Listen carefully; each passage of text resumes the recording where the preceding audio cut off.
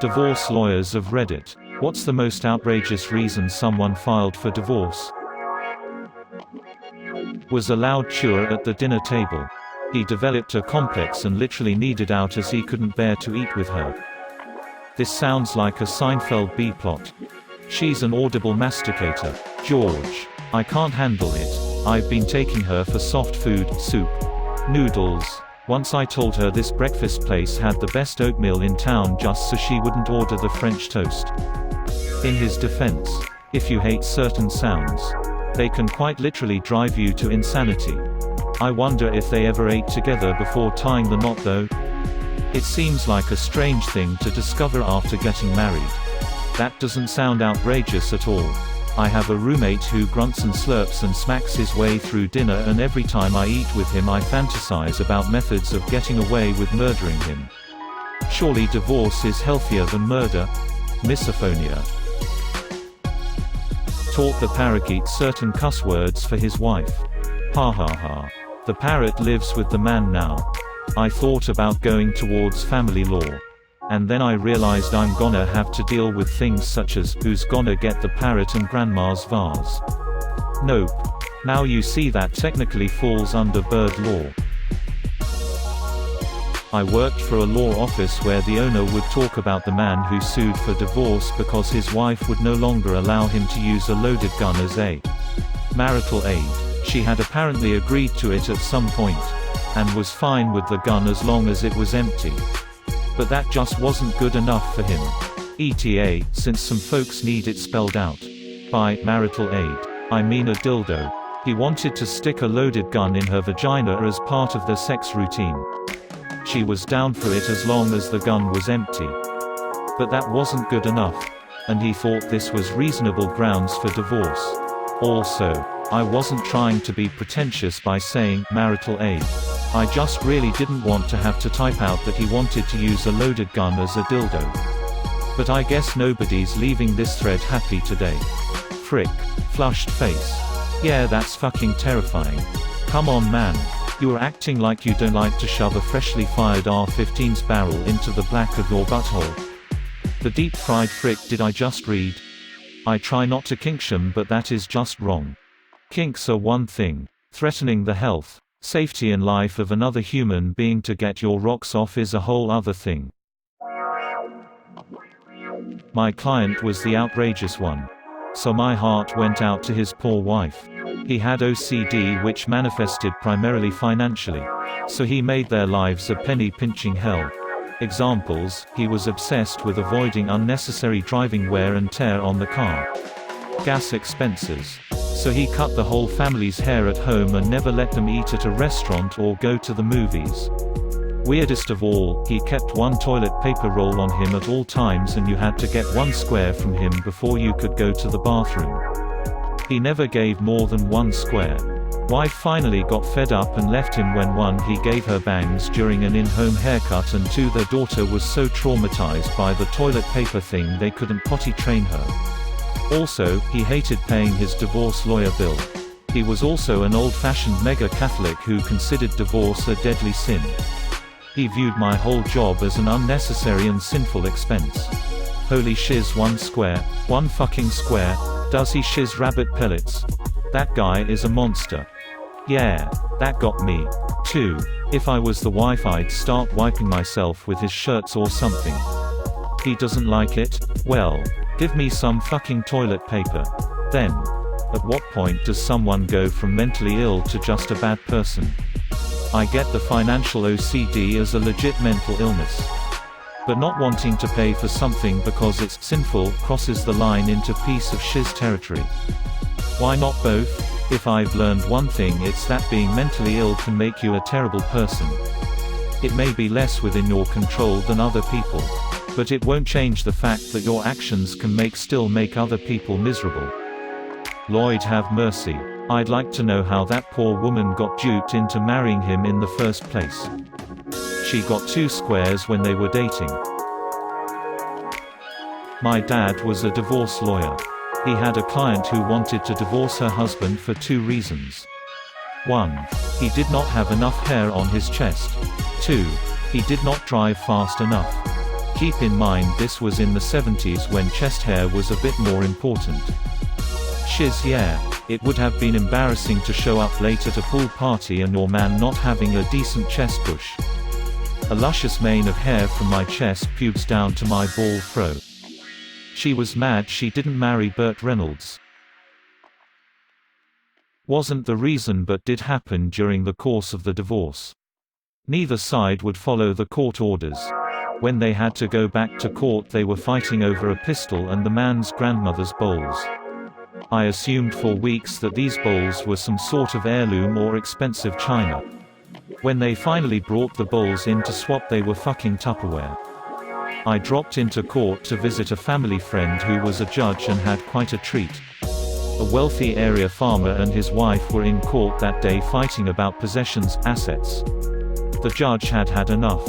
After briefly reviewing the history of their case he offered the couple one last opportunity to retire to a conference room and come to an agreement. Both refused. Their lawyers were clearly as weary as the judge. The judge then asks each party which room in their house was their favorite room. She picked the kitchen and he picked his gun room. The judge then informed them that because the matter had dragged on for so long with both behaving like children he was going to decide the matter of the property. She was awarded everything in the kitchen and he the gun room. Everything else was to be sold at auction with the profits equally divided. Then the judge told them, "Now neither of you is happy, right?" They clearly were not. Haha. Honestly thought the judge was gonna give the wife the gun room and the husband the kitchen. Now in that case could the parties then actually come to an agreement or are they forced to go with the ruling? Colleague handled a case where money was not an issue but the kids were. Neither parent wanted them. My parents always told each other when they were fighting that if they got divorced the other had to keep me and my brothers. On a positive note, you kept your parents' marriage together. My mom worked in abuse and neglect counseling and juvenile justice. There are a lot more cases like this than I'd care to admit. Parents divorce and neither side wants the kid. Some of them are that neither side wants a kid but will fight over another kid. If ends up totally screwing them over because they have to live with the fact that the parents didn't want them. She was kidnapped in Mexico and he refused to pay ransom. Eventually her family managed to pay and she was left on the side of the road. It is not outrageous as in petty but outrageous as how absurd that is. Honey, I love you. But we agreed to save up money so we can purchase a house. Your ransom would really set us back. I don't really think I can add a ransom line item to this month's budget. Everything is already super tight. Paralegal here. Still remember an early case I worked on. Man divorced his wife for her bingo addiction. 10 to 12 times per week she went to bingo. She was 82, he was 86. But the all-time greatest. Two 20-somethings. They were irreconcilable because he kept smoking her weed stash when she wasn't home. To be fair, him smoking all her weed multiple times. Assumingly after some kind of a "hey man don't smoke all my weed" conversation. Is a pretty valid reason to not be able to trust someone. Yeah, my mother-in-law and her husband were living in my house for a few months until they got their housing situation sorted out. After the couple of weeks or so I thought my weed stash was a little light. After about a month I realized there was no way I was going through it that fast. Then one day I left work early and found them in the garage taking rips from my bong. They aren't allowed to be alone in my house anymore. Like shiz. I would have given you some weed if you had asked. Bingo can also be gambling. Right? I divorced my second wife for gambling. Oh sure it's gambling, I was more focusing on the age and the activity. But yes it's gambling, sure. The dog he bought me pissed on the carpet. To be fair, it really tied the room together. That's just like your opinion, man. This one to me seems bad at first. But I feel like I could understand how it could happen. Wife doesn't want a dog. And then the husband goes and gets one anyway. Then the wife is left cleaning up after this dog she didn't want. And a husband who doesn't listen to her concerns. I mean, I'm all for puppies. But they take a lot of work and responsibility. So if they talked about it beforehand and the guy gets one anyway, that does seem like a large breach of trust. There are valid reasons for not getting a dog. Besides not liking a dog. For example, I really want to get a dog, but I won't be able to properly care for him because of my hours and low wage. If someone forced me into adopting a dog right now, I'd be pissed as well. I was a legal assistant when this case came in.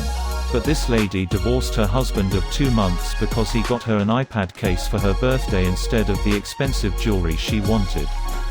I dated a girl that didn't speak to me for a day or two because I got her an iPad instead of jewelry. Her reasoning was, because I could just use yours.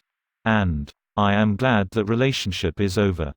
Seems like an expensive way to find out your girlfriend is a selfish jerk.